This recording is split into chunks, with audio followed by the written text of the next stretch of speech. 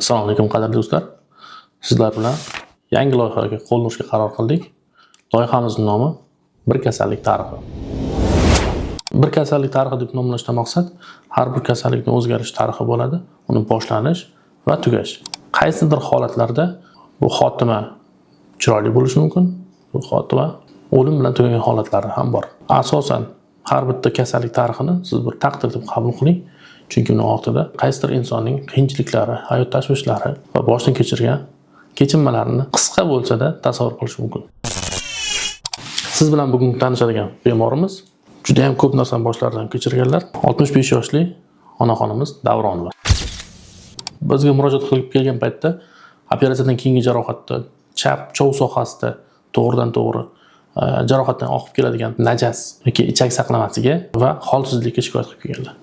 Aniqlanishicha, bemor bizga kelgan holatda sepsis holatda, qandli diabet 2-tipda, anemiya og'ir darajasi, kaxiksiya, ya'ni tana vaznining keskin tushib ketishi, gipovolemiya, ya'ni tanadagi suv massasining juda ham keskin tushib ketishi va harakat cheklanishi.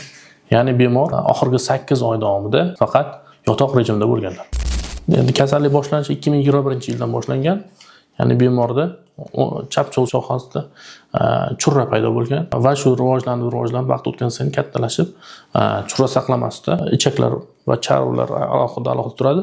Mana shu charva keyinchalik nekroz olib kelishi mumkin. Bu bemorimizda aynan xuddi shunday holat kuzatilgan. Ya'ni har qanday qorin devoridagi churrasining eng og'ir asoratlaridan biri ichak nekrozi, ya'ni ichak chirishi. Bunda asosiy taktika churra ochiladi va ichakning chirigan qismi olib tashlanadi. Qolgan ichak holatiga qarab yo ulanishi mumkin yoki stoma chiqarib qo'yishi mumkin. Bu onaxon bemorimizda ichaklar bir-biriga ulangan 2025-yil fevral oyida, ammo natija ko'ngildagidek bo'lmagan. Ya'ni ulangan ichaklar choklardan ochilib ketgan va axlat, ya'ni ichak saqlamasi to'g'ridan-to'g'ri operatsiyadan keyingi sohadan chiqa boshlagan. Hamma muammo mana shundan keyin boshlangan. Shundan so'ng bemorda sepsis boshlangan, ya'ni qonda, umuman tanada mikroblarning oshib ketish hisobiga kuchli mikroblarga qarshi reaksiyasi, ya'ni bu ham asli himoya reaksiyasi, ammo kuchli himoya reaksiyasi. Bu sepsisdan olib chiqish keyin bemor juda ham qiyin bo'ladi. Va shundan so'ng bemorda har doimiy najosatning jarohat orqali chiqib turish hisobiga og'riqlar kuzatila boshlagan, anemiya, kaxiksiya boshlanib ketgan. Bizga kelgunga qadar bemor 5 marta statsionar holatda davolanishlarni olib borgan, ammo hech bir davolanishda bemorga operatsiya tavsiya qilinmagan. Bemorga tushuntirilishicha, jarohat o'zi bitadi, biroz vaqt kerak deb hisoblangan. Bizga bemor telefon orqali murojaat qildilar, holatlarini bayon qildilar, jarohatlarini video tasvirga olib tashladilar. O'tkazilgan davolanishlar, statsionar davolar barchasini hujjatlarini berganlar, taqdim qilganlardan so'ng biz ularni ko'rikka chaqirdik va ko'rik vaqtida og'ir holatlarga duch keldik. Shundan so'ng bemor 3 kun davomida reanimatsiyada konservativ muolajalarni oldilar. Kelgan paytlarida biz ularga operatsiya qilish kerakligini, ammo o'sha paytdagi holatlarda qilib bo'lmasligini tushuntirdik. Bo'lish mumkin bo'lgan asoratlar esa har doim bizni kutib turgan bo'lishi mumkin.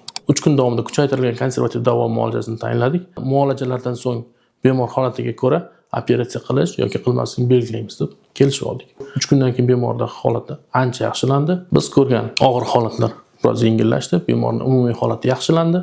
Biz bilan muloqotga aktiv holatda kirishni boshladilar va shundan so'ng kardiolog va anesteziolog, urologlarni ham birgalikda boshqa xirurglarni ham jalb qilgan holatda umumiy konsiliumdan so'ng bemorga operatsiya o'tkazilishi mumkin deb hisoblandi. Bemorga operatsiya o'tkazdik, 10 kundan so'ng bemorga javob berdik. Ular Xudoga shukr, o'zlari turib, yurib, aktiv harakat qilgan holatda uylariga javob berdi. Salkam 1 yillik qiyinchiliklardan so'ng bemor qorindagi jarohatlardan butkul xalos bo'ldilar.